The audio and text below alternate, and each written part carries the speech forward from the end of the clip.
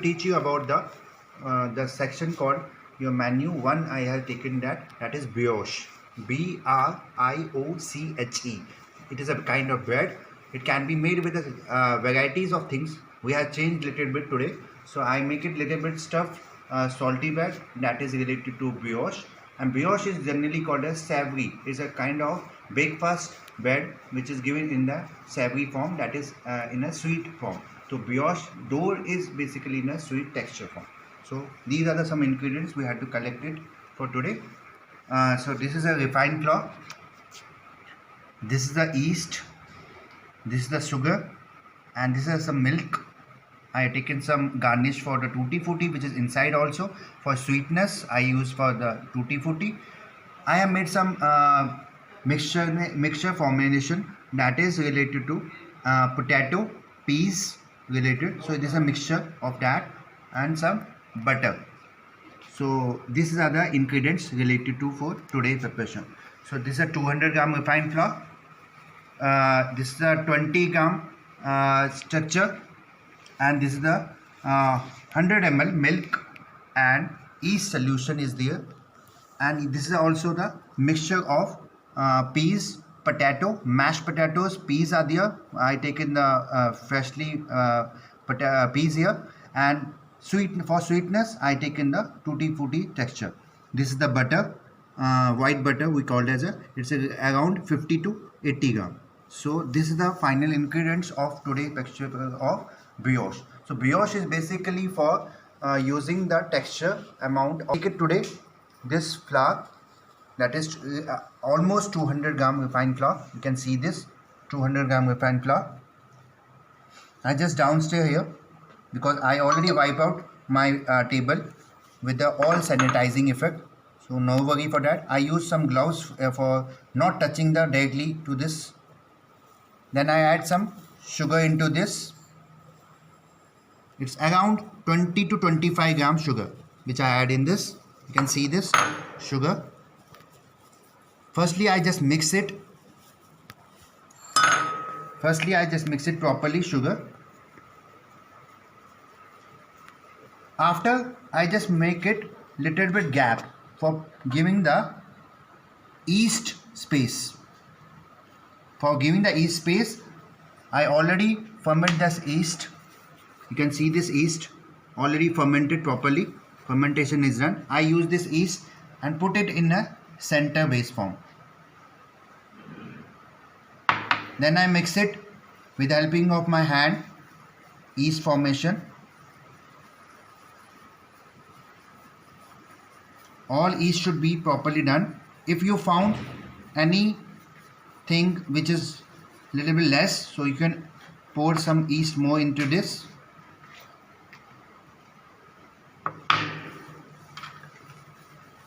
Again with the helping of hand, just mix the yeast first properly so that it will form the fermentation into the dough. Yeast basically help us for giving the fermentation effect of any kind of bread. So I am mixing it. You can see this mixing.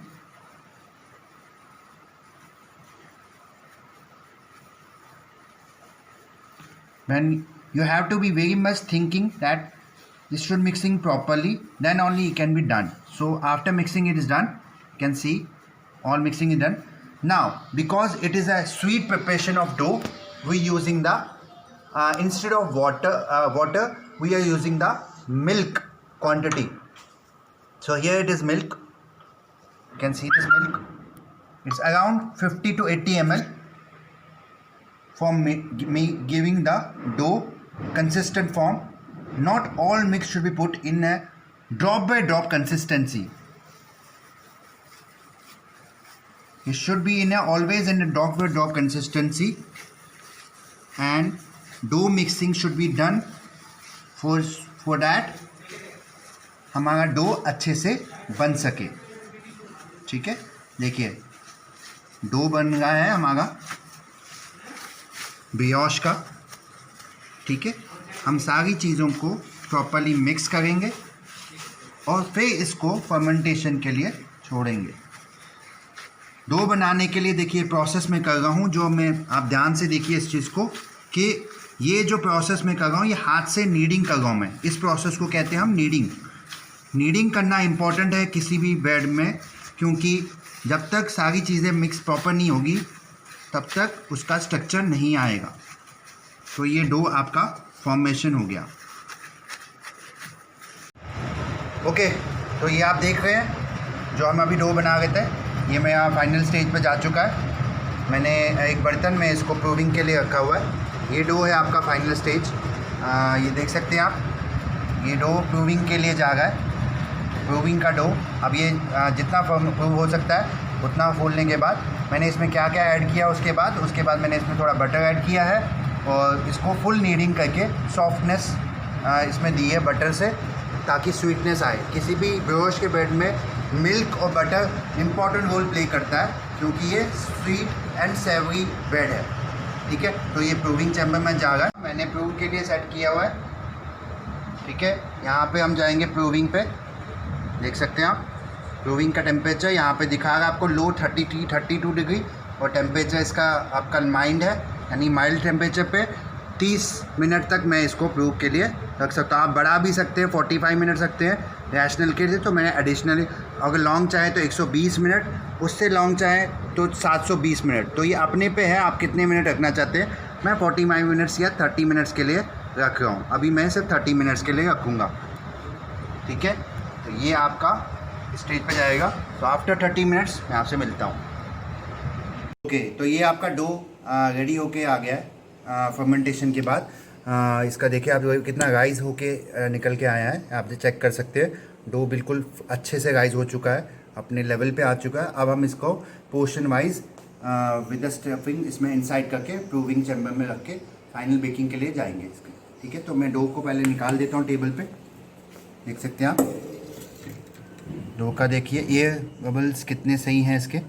ये सारे air bubbles है, air clear. अब इसको punching करेंगे हम अपने हाथों से, ताकि एयर प्रॉपर्ली निकल सके। ठीक है, और डो को हम पोर्शन वाइज जितना हो सकता है करने की कोशिश करेंगे। ठीक है, ये आपका डो प्रिपरेशन के लिए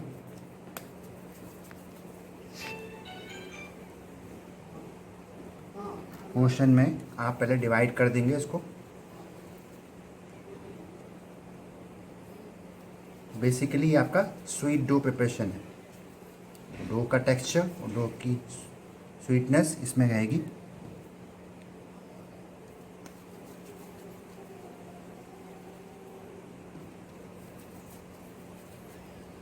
पहले नॉर्मल टेक्सचर में, फिर इसका फाइनल शेप देने के लिए मैं यहाँ पे थोड़ा सा अपने हाथों में ये ऑयल का उपयोग करूँगा। ये देखिए आप ऑयल देख सकते हैं। मैं हाथों से थोड़ा सा इसको पहले टेबल पे भी ब्रश मार दूँगा और कुछ हाथों में भी अपने ले लूँगा। इसलिए मैं कर रहा हूँ ये एक उठाऊँगा यहाँ से और उसको फाइनल स्टेज के लिए स्टफिंग के लिए लेके जाऊँगा। आप ये प्रोसेस चेक कर सकते हैं। हाथों से अंदर की तरफ आपको दबाना है ताकि फिनिशिंग टच आ सके किसी भी डो का। ये चेक कर सकते हैं आप यहाँ पे, ये कोई भी सर्कल्स, कोई भी दाग इसमें नहीं आना चाहिए। ठीक है, तो ये आपका फाइनल डो है। अब इसमें अब आपको स्वीटनेस देना है या स्टफिंग करनी है, वो आप डाल सकते हैं इस स्टेज पे। तो यहाँ पे हम क्या करेंगे, ये देख सकते हैं आप, ये मैंने स्वीटनेस के लिए टूटी फूटी का उपयोग किया है। मैं कुछ टूटी फूटी टेबल पे प्लेस कर दूंगा और डो को इसके साथ मिक्स करने की कोशिश करूंगा। देखिए हल्का सा नीडिंग किया और वापस उस टेक्सचर पे लेके आए जहाँ पे वो पहला था। ठीक है, ठीक है, तो यहाँ पे हल्का सा अब आपको गैप देना है सेंटर में।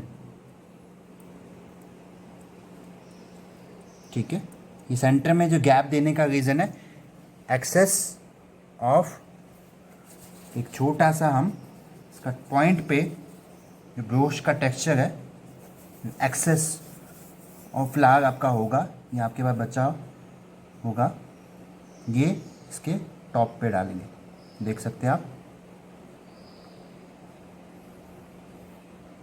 ठीक है, तो ये आपका फाइनल ब्रोश का स्वीटनेस, ब्रोश का विद स्टफिंग टूटी फूटी उठा के प्लेस करके ट्रे के ऊपर डालेंगे। तो ये वो है आपका स्वीट टाइप का ब्रेड। अब नेक्स्ट मैं बनाऊंगा थोड़ा सा सॉल्टी, जो मैंने फ्लेवर यूज़ किया था। सेम प्रोसेस, यहाँ पे टेबल पे आप ऑयल लगाएंगे थोड़ा सा, और हल्का हाथों में भी। तो मैं डो उठाऊंगा और इस टेबल पे लेके चलूँगा। पहले उसकी शेप देने की कोशिश करूँगा, जिसको हम शेपिंग प्रोसेस कहते हैं। अंदर की तरफ हाथ रखने हैं आपको, सारे प्रोसीजर को आपको सेमली करना है। अंदर की तरफ हाथ रखने के लिए पहले हम, जब तक उसका प्रॉपर शेप ना आए तब तक उसको चलाते रहना हमें। देखिए, अब टेक्सचर देखिए, आप चेक कर सकते हैं आप, ये डो का टेक्सचर आना चाहिए हमेशा। ठीक है, अब ये आप देख सकते हैं मेरे पास ये स्टफ्ड बना हुआ है, potato, mash potato, piece, and मैंने जो stuff with the help of some salt and some. तो ये नेक्स्ट ब्रेड हम लेंगे, स्टफ ब्रेड, जिसमें हम पीस पोटैटो का उपयोग करेंगे। टेबल पे थोड़ा ऑयल हम इस्तेमाल करेंगे, और वो ऑयल का पहले उसका टेक्सचर देंगे। अपने हाथों को आपको इसके लिए चलाना है। इस प्रोसेस में ब्रेड का स्ट्रक्चर और शेप प्रॉपर्ली मेंटेन होता है। जितना स्मूथ कर सकें ब्रेड को उतना सही है। ये चेक कर सकते हैं आप, देखिए बिल्कुल सरफेस एरिया बिल्कुल चेक होना चाहिए, सरफेस एरिया बिल्कुल सही होना चाहिए। अब हम इसमें थोड़ा सा अपना ये मिक्सचर स्टफ़ करेंगे इसके अंदर। तो हम थोड़ा सा हल्का सा अपने हाथों से इसको थोड़ा गैप देंगे यहाँ पे, और जो हमने टेक्सचर डाला है थोड़ा उपयोग करेंगे इनसाइड का डो। ठीक है,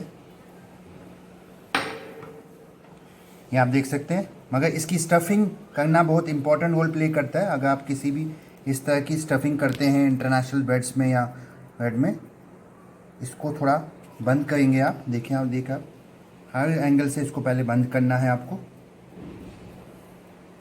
ये आपका सील हो गया इसके अंदर, जिसे हम सील कहते हैं।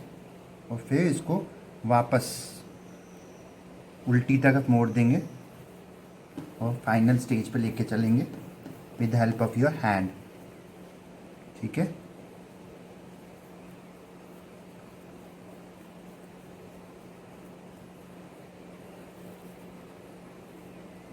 ठीक है, ये हम प्लेस करेंगे इसको। तो अब इनको सबको ऐसे ही हम बेक करेंगे। ओके, ये आप देख सकते हैं फाइनल प्लेटिंग हमारी हो चुकी है ट्रेज के लिए जाने के लिए, प्रूविंग चैम्बर के लिए। ठीक है, तो इस तरह के ब्रोश आपके बने हुए हैं। ठीक है, एक स्वीट ब्रोश है, 2 डिफरेंट वैरायटी ऑफ ब्रेड्स मैंने शेप दिया है, और कुछ ब्रोश को ऊपर टॉपिंग पे रख दिया है। तो ये आपका स्टफ्ड ब्रोश रेडी हो चुका है। Salt texture, sweet texture, 2 salty texture. तो चारों बेकिंग के लिए जाएंगे।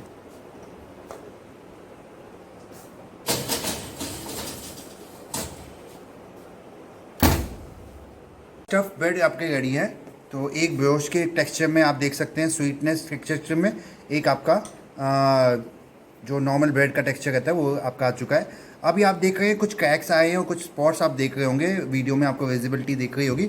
वो इस वजह से भी आए क्योंकि जो हमारे पोटैटो थे उसमें स्टार्च की क्वांटिटी होती है, तो अपना स्पेस लेता है ब्रेड। अगर हम जितना स्टफ़ कम रखें तो ऑटोमेटिक इसका टेक्सचर नॉर्मल टेक्सचर में आएगा। तो इस तरह से हमारे 2 आज के ब्रेड क्वांटिटी में बन चुके हैं। ब्रियोश आपका टेक्सचर जैसे मैंने बताया ब्रेकफास्ट रोल है। ब्रेकफास्ट रोल में आपको ब्रेकफास्ट टेक्सचर में मॉर्निंग टाइम पे हम जनरली बैंक्वेट्स में या रेस्टोरेंट चीज़ में इसको सर्व करते हैं। तो ये इसका फाइनल टेक्सचर, आप इसको कूल होने के बाद स्टफ़ होके खा सकते हैं। तो इस बार हमने ब्रियोश स्टफ़ ब्रेड सीखा कैसे बनाना है। Thank you.